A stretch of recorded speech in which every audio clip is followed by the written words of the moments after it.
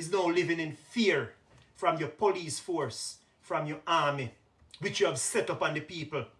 And you're using the police and the army illegal. As a prime minister, the army and the police force should be separated from you. Everything done there, so. The police commissioner there in your bosom. The minister of national security there in your bosom. You hear me? So you turn the police force and the Jamaica Defense Force against the citizens of the country. That's what you basically do. You turn them against the people. The army and the police force is supposed to serve and protect the citizens of the country. The army and the police force, from what the people are saying, is serving and protecting the interests is what's happening.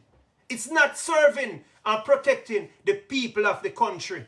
It's serving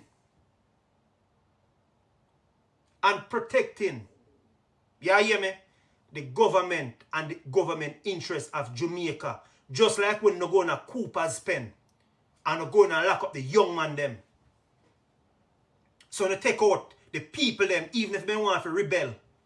And even if these people wanted to demonstrate, as a citizen of a free country, you got the right to peaceful demonstration. But you have mitigated that. You have taken away that right from the people.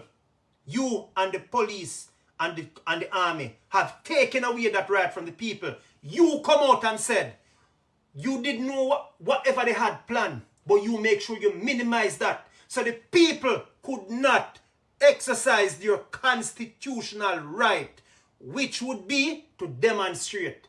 Even though those people were occupying the land illegally, from what the court documents say.